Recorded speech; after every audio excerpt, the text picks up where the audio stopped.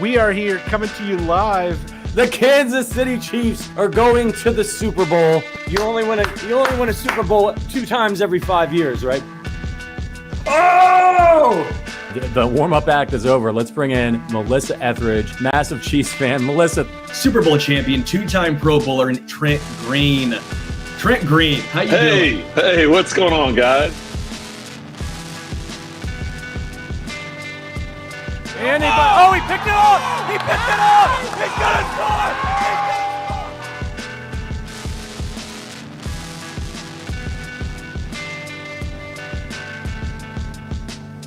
score! We'll see you next week, but until then, as always, go Chiefs. Welcome into the Arrowhead Addict podcast pregame show. It is our first pregame show of the year, and out of retirement, joining me, special guest, editor of ArrowheadAddict.com, Matt Connor. How you doing, man? Yeah, I'm good. It's good to see you all again. Good to be here. Ready for another season, right? We're three-peat until we don't.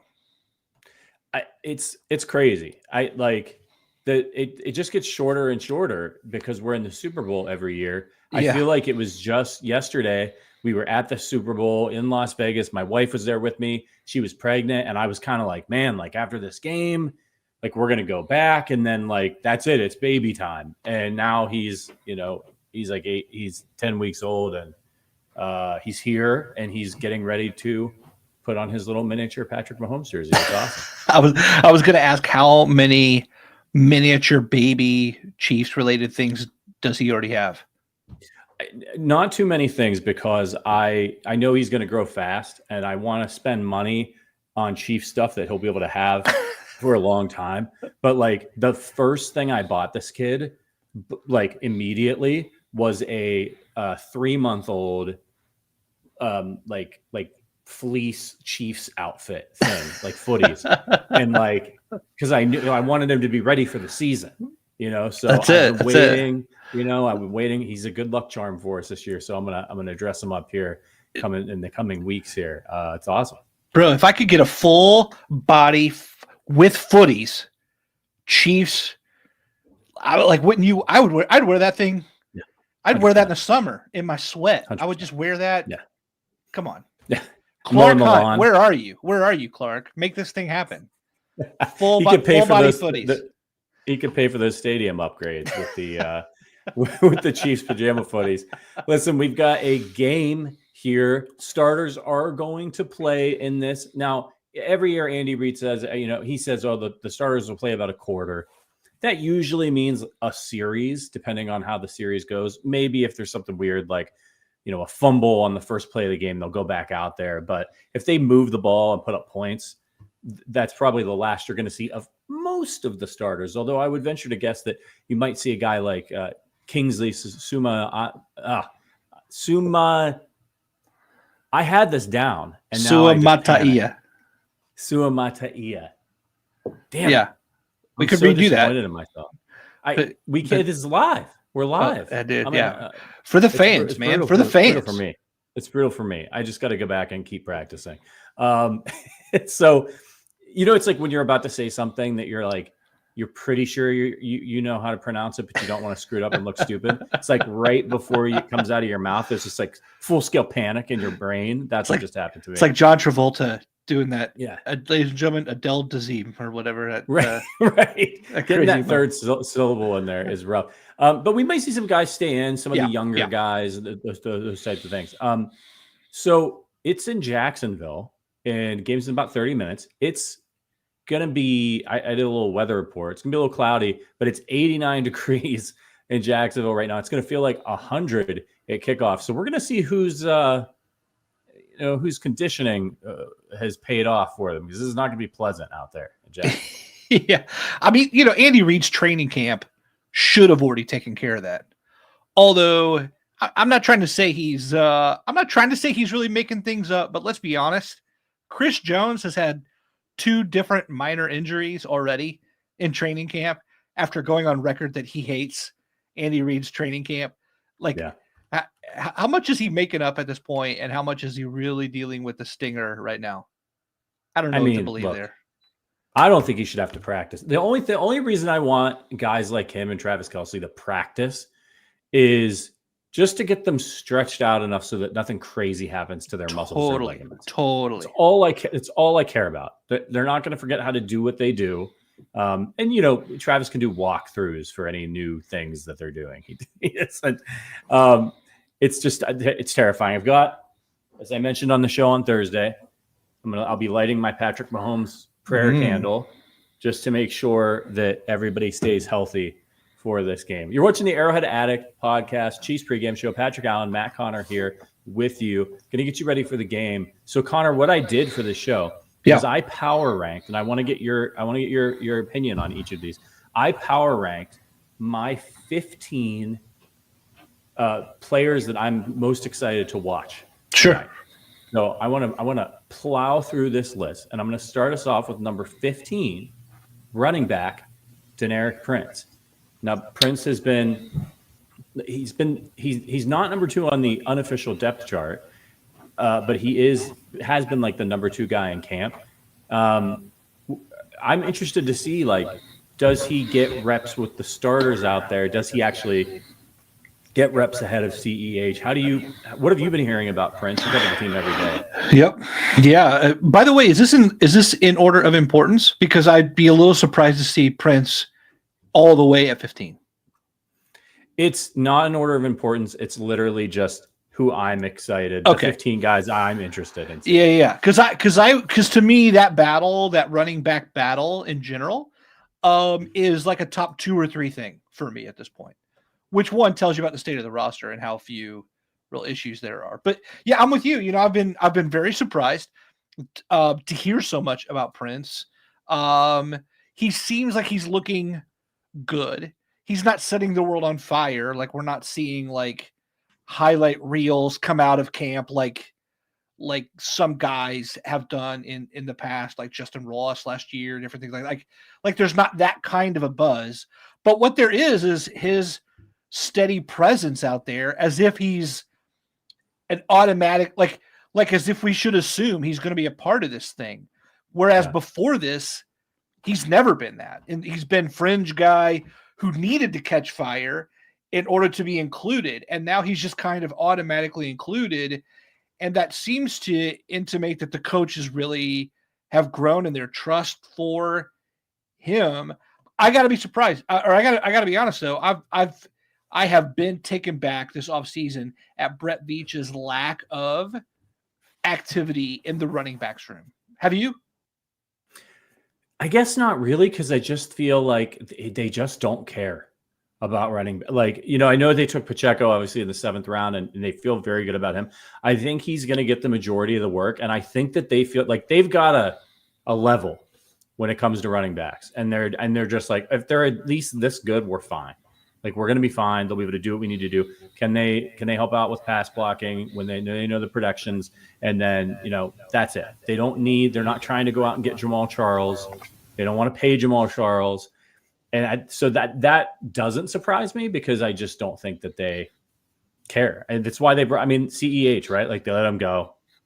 They brought him back because nobody else wants him. Like, they know what he is. They win Super Bowls with all due respect to Isaiah Pacheco, who I think is not this thing, but they win Super Bowls with replacement level running backs, like, all the time. So they're why go crazy and why panic? And they probably have a list of guys that are out there that they're just like, okay, if something happens to CEH and Deneric Prince, like, we can sign these 4 guys and we'll be okay. I think I disagree with you a little bit there. And I think Pacheco is more valuable than that. And I think the Chiefs want a greater stable than that. I mean, Brett Veach has said a couple times about the need for a deep room because of the rigors of a full season. And, let's be honest, Pacheco isn't exactly like a model of health. He had 2 shoulder surgeries in 1 year, just last year.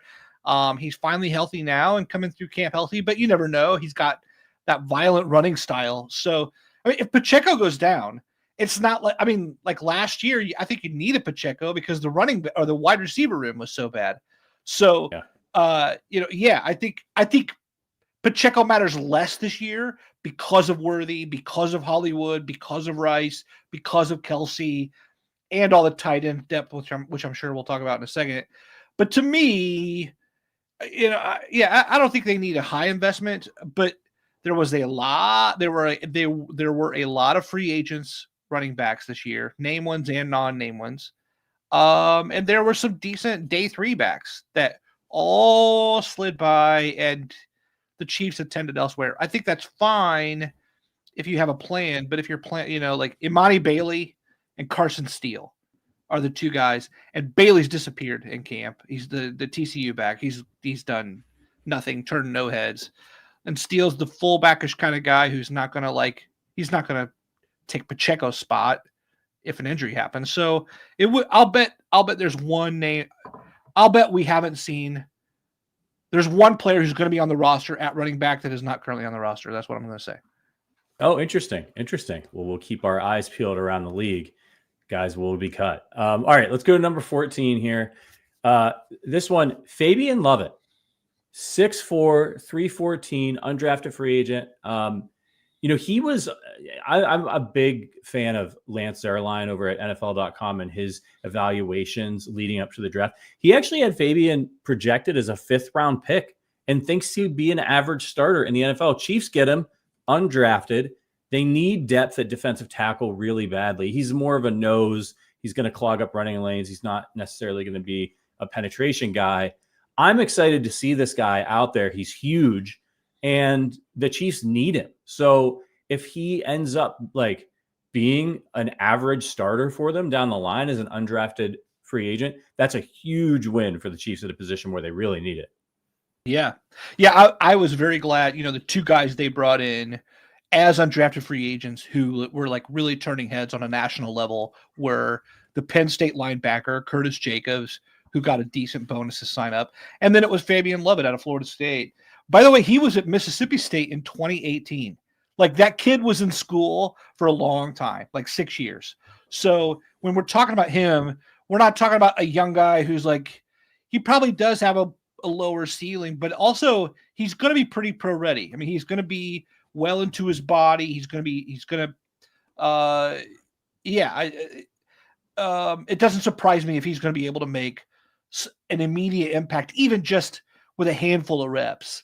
If he can give a guy like Turk Wharton the chance to sit out for 5 to 10 plays and not embarrass himself, that's a win from a group that's pretty thin. I mean, remember, Brett Veach is throwing pasta at the wall there. How about a trade for Neil Farrell? How about signing Matt Dickerson? How about, re-signing Mike Pinnell after a few years?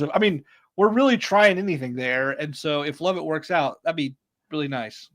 Huge win. We'll be watching him tonight. Number 13, Jack Cochran. Jack Cochran probably going to be starting tonight. Nick Bolton's a little banged up. He's got like an elbow injury, I believe. I'm excited to see him. Obviously, you've got Willie Gay Jr. moving on. You feel pretty good about your starting linebackers, but Jack Cochran, I think, is a guy who's good on special teams, getting some time here to go out there with the first unit. I'm really excited to see how he does because he's an injury away. Yeah, I agree. I agree with you. Spags likes him. Reed likes him. They talk very highly about his intelligence, about his ability to come in, play multiple positions. Are you with me? I knew last year that it was a luxury. Chenal, Gay, Bolton, and Tranquil. It's like you got 4 starters for sometimes a position that only has 2 guys on the field.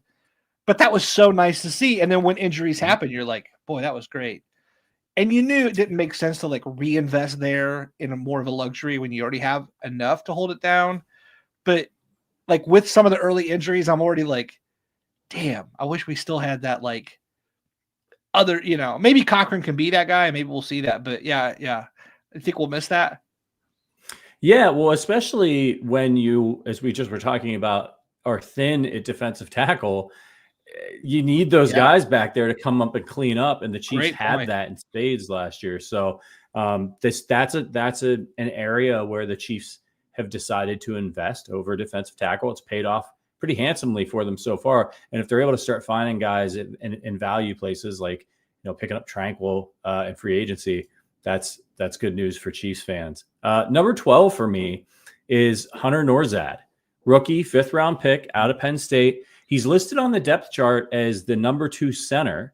He played guard and tackle in college. So I'm just really interested to see, because obviously Creed's not going to be out there for very long. So if he's going to be in there as the backup center, that's a hugely important position for a 5th round draft pick, a rookie. Hopefully he's not pressed into duty this year, but also how does he play as a center? I want to see that. And then do they move him to any other positions as sort of, your swing interior offensive lineman? I'm just kind of fascinated by this guy. I can't wait to see him in action. Yeah, I agree. I think some people have even said maybe he could be pressed into starting guard duty in case we ever, like, Joe Thuney gets too expensive or old, or if Trey Smith leaves after a contract year. I think that's a real stretch. I think that's not the right trajectory. The trajectory is we lost Allegretti and brought in Norzad, and that's where it's at. What's going to be fun, you'll see Norzad come in maybe at the spot that you think he will. Like, he'll probably come in for Creed and replace him. But it wouldn't surprise me if he stuck around the rest of the night. He's got tackle experience. He's got both. Yeah. He's got experience at both guard positions. It wouldn't surprise me if they just kind of let him ride the rest of the game after the second quarter and tried him at various roles just to see what he offered there, and to get that perspective of versatility going early with some pro reps. I hope he's hydrated. Yeah, if that's the case. He's going to get. I think Norzad's going to get a lot of work tonight. Yeah. Okay, that was number 12. Number 11. I haven't talked to you about this guy at all, but I have a feeling you're going to be less than thrilled or interested to see him. Louis Rees-Zammit, the former rugby player. Just because you don't like the flashy. You're a meat and potatoes kind of guy. What? And is it because I'm from Indiana? Is that what it is? with all of our billboards, our boring billboards, and our corn and our RV dealerships. And you're also really pretty practical, I think, when it comes to talking about the Chiefs. And so, you don't get sucked into the way that, like, clowns like me do, of like, Justin Ross, Bobby Scipio, this is the next great Chief. But I'm just excited for this guy just because he's a world-class athlete. Now, that doesn't mean he's going to even be a serviceable football player, but with the new kickoff rules, I'm just kind of excited to see what he can do out there. And I know the thing that I'm hoping happens, and so far, all the kickoff stuff that I've seen this year has been terrible. It's not been exciting. It's just guys getting tackled at the 20 or 25-yard line or falling down. And, I was listening to one of the announcers at one of the preseason games. I think it was a Bears game today. And he was like, yeah, you're not going to see any razzle dazzle here during the preseason because teams don't want to give away their stuff. I think that's exactly the wrong approach. Teams should be trying wacky shit now to see what happens, because it doesn't matter. So, like, if you want to have this guy, like, throw the ball 50 yards across the field to somebody else, or like have the whole team basically play rugby, try it. Like, it's not like once they see it on tape, they're going to necessarily be able to stop it. I think the Chiefs should try it. I hope they do. They probably won't, but if anyone would do it, it's Andy Reid. What do you think about this guy? Does he have any shot to make the roster? Yeah. Just despite my apparently boring approach to the Kansas City Chiefs, no, I'm totally for it. Look, in a game where everything is won and lost, in such small margins, I applaud any effort to create any level of mismatch. And the Chiefs are so far in. Look, this guy could have been cut at any point if it wasn't working out. If you brought him in for OTAs, it didn't work, you cut him. If you keep him through minicamp and it's not looking good, you cut him. If he's not making progress by the time he comes back for training camp, you cut him because he's taking up a roster spot. He's not only taking up a roster spot, he is getting FaceTime with the media. The Chiefs are putting him out there like he's a guy that the media should get to know. And their comments on him are, he's learning great stuff. They're allowing other players to be asked about him. Like, if they didn't want him to be a thing, they wouldn't let him be a thing. And so it's not like some, it's not like just bringing in like a celebrity I grew up a San Diego Padres fan, like as a little kid. And one year they brought in like Garth Brooks for spring training.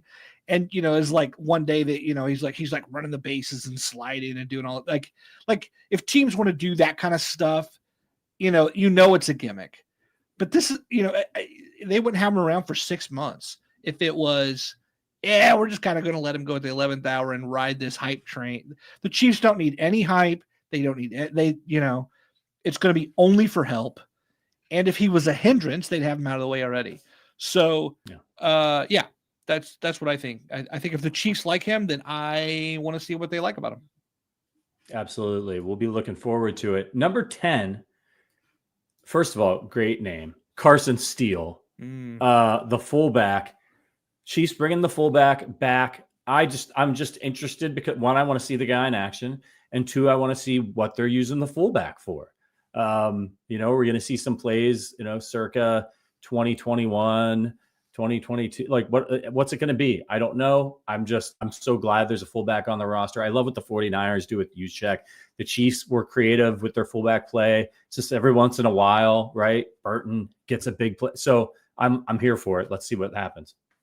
But by the way, I think my wife started fanning herself in the next room at the mention of Carson Steele. It just sounds like he should be on the cover of a romance novel. Yeah, totally. Hey, do you think last year that the Chiefs regretted not having a fullback? Do you think this is a response to that, where Andy at some points looked at the playbook and said, "Damn, I wish we could do this, but we just don't have the personnel for it right now"? Yeah, I don't know if regret's the right word. I mean, after seeing some other third and short attempts over the years, but like you've got this maniac in Isaiah Pacheco, and of course he's incredibly fast too, but he just hammers into people. Get somebody in there to clear the lane for him, because the fastest path to the end zone is right up the middle.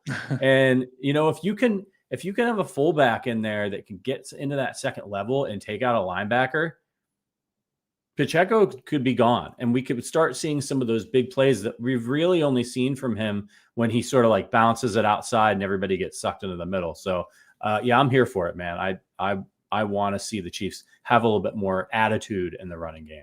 Yeah. I'm glad he's there. I would love to see it again. I've missed the ghost of Anthony Sherman, Mike Burton. I like that position and the wrinkles it allows for. So I'm rooting for the kid. Yeah, absolutely. Okay, number 9, about 10 minutes from kickoff here. Justin Ross and Sky Moore are on my list at number 9, and it's very simple.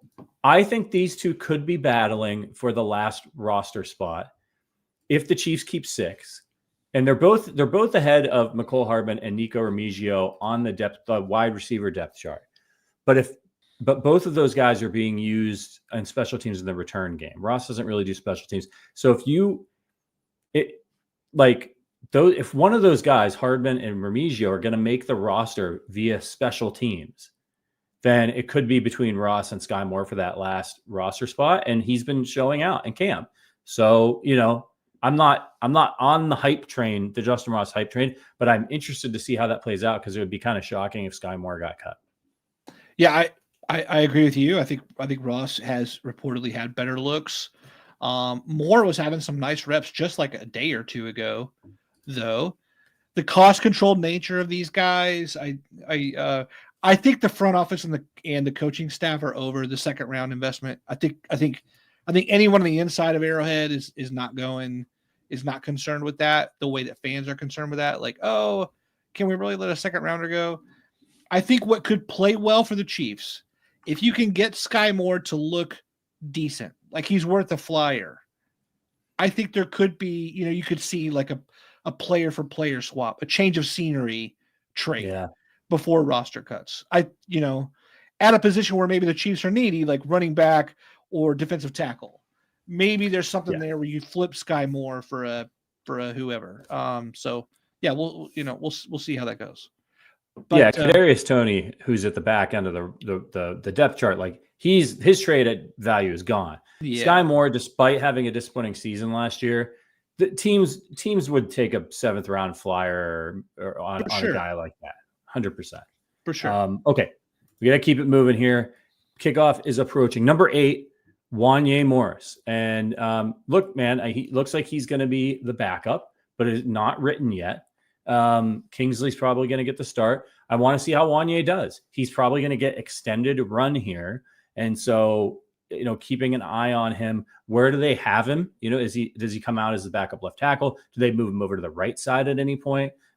It's one of the most fascinating battles of camp, I think, is for that left tackle spot. Yeah, I've been shocked that they've handed all the reps to the rookie. I've just been shocked at that. I liked the flashes that Morris had last year. I know he also had some issues, but I thought they threw him in down the stretch during a run where they were having to win some games, and in winter, that's a rough go of it. And I thought he held up pretty well for what they were asking him to do. So I've been surprised. But so yeah, it'll be fun to see what him and what Suamataia will bring to the competition here in this first game. I'm gonna read a couple more without long discussion because we got to get through the list. Jared Wiley, number 7, for obvious reasons, could be the potential heir apparent to Travis Kelce. We're going to get our first look at him in action and maybe get an idea of how the Chiefs might use him. So I'm excited about that. And then FAU at number 6, I just want to see progress.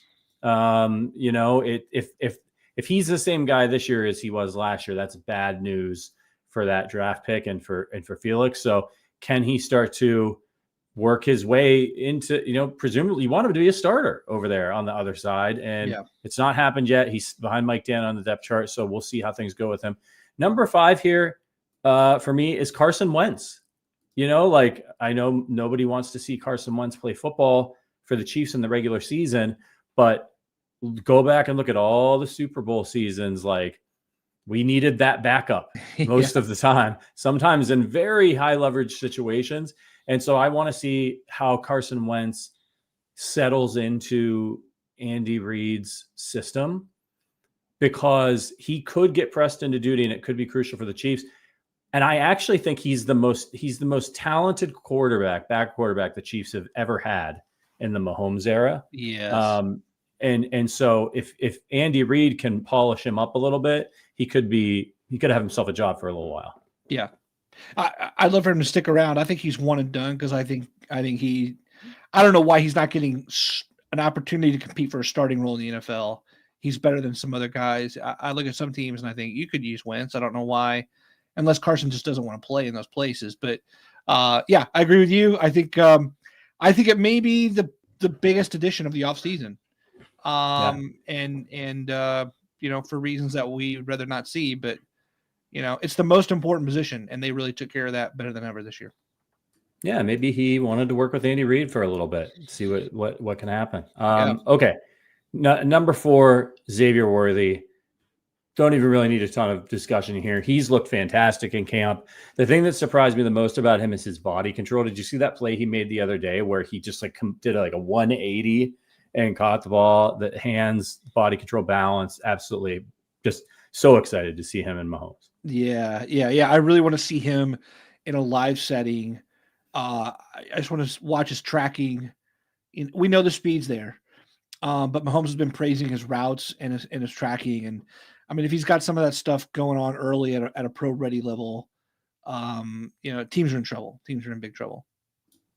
Absolutely. Okay, number 3, I'm looking at the cornerback battle for the number 2 cornerback. Joshua Williams, Jalen Watson, and Najee Johnson battling for that number 2 spot behind Trent McDuffie. Williams has been starting in camp, but Watson and Johnson have been banged up. So just keep an eye on that rotation. Keep an eye on how they rotate them, how they play.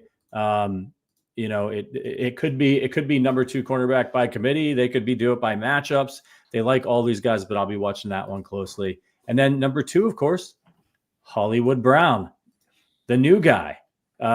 He's what's he going to do? What's he going to do out there for the Chiefs? Yeah. Can he be better than MVS? Oh, God. Yeah, I think as good as Juju Smith-Schuster was for the Chiefs as like that 1-year rental who came in and really acclimated himself to the roster and the offense and did well, I think Hollywood's going to take it to that next level. You know, it wouldn't surprise me to see 1150 receiving yards on the year, and maybe a Pro Bowl season. Yeah, I'd love to see a couple of deep balls tonight to Hollywood. And then number one, probably not a surprise here, Kingsley Suamataia. He's a rookie. He's protecting Patrick Mahomes' blind side. I'm terrified by that prospect, but I will tell you, they need this to work out because the report, I believe it was Nate Taylor, is reporting that they're going to try to re-sign Creed and Trey Smith, which I think a lot of people thought Trey Smith was gone. They're paying Juwan Taylor a ton of money. They're going to have to pay both of those guys a ton of money. They're paying Joe Thuney a ton of money. There's no money left for tackle. So if you can get a starter out of the second round pick, that's exactly what you need to do. And I'm crossing my fingers. He's ready for prime time. Sounds like he can run block pretty nasty. Hope so. I mean, hope so. It has to work. Lucas Niang, Wanye Morris, Kingsley Suamataia. How many more day 1 or 2 picks? You know, with the trade for Orlando Brown. I mean, they've tried throwing a lot of things at this position for a new long-term answer and haven't really found one while winning Super Bowls, by the way. So It would be nice to see something work out long-term. Crossing our fingers. All right. Is there anybody, we got 2 minutes before kickoff. Is there anybody that I didn't mention that you're excited to see play tonight? With Justin Reed out, the hype on Brian Cook's return from injury has been huge. And the hype on how good Jaden Hicks, you know, he was like the steal of the draft. You know, we're going to see some of those safety reps tonight. And so I'm excited to see him, really that whole secondary, because by the way, Shamari Connor has been like getting a lot of hype, and he's moving McDuffie out of his like starring role there in the slot position where he's like, he's NFL best shutdown guy. So yeah, I think that's going to be huge. Like if Connor's that good that he can move McDuffie, like show me what you got. All right. We will be back. I will be back at halftime. And then after the game, the Chiefs, Arrowhead Addict Chiefs post-game show, I'll be joined by Price Connor and Branson, our friend from Australia, who's going to be having a cup of coffee and join us as well. Matt, come back anytime, my friend. It's been so wonderful seeing you. And we'll see you guys at halftime. Until then, as always, go Chiefs. No injuries.